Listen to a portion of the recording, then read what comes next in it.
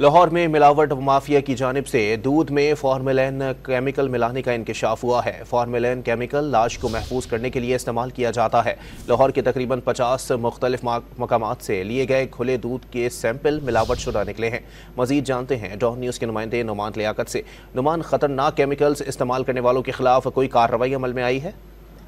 इसीलिए Punjab food authority जो है वो रोजाना की बुनियाद पर शहर के मुख्तलिफ मुकामात पर नाकाबंदी करती है। दूध को जाया किया जाता है और मिलावट माफिया को खात्मे के हवाले से बड़े बड़े दावे तो करती है, लेकिन जो एक रिपोर्ट आई है इसमें ये इंकशाफ हुआ है कि दूध के अंदर फॉर्मेलिन केमिकल मिलाने का इंकशाफ हुआ है और ये केमिकल लाश को महफूज करने के लिए लगाया जाता है, जो कि इस वक्त पंजाब फूड अथॉरिटी की कारकर्दगी पर सवालिया निशान है। इसके अलावा लाहौर के तकरीबन 50 मुख्तलिफ मुकामात से खुले दूध के सैंपल लिए गए, जो कि फेल पाए गए। इस खुले दूध के अंदर छाग गाढ़ापन लाने के लिए साबुन और सर्फ का भी मुबैना तौर पर इस्तेमाल होने का इंकशाफ हुआ है और खुले दूध के फेल होने वाले सैंपल की अहम दस्तावेजात भी मंजर आम पर आई हैं। जो लाहौर के मुख्तलिफ मुकामात से दूध जो सैंपल लिए गए थे, इनके अंदर सोडियम क्लोराइड और पानी की अमेजिश भी पाई गई है। इसके अलावा दूध से क्रीम और मक्खन निकालकर मुख्तलिफ केमिकल्स की मदद से तैयार शुदा दूध जो है वो फरोख्त किया जा रहा है।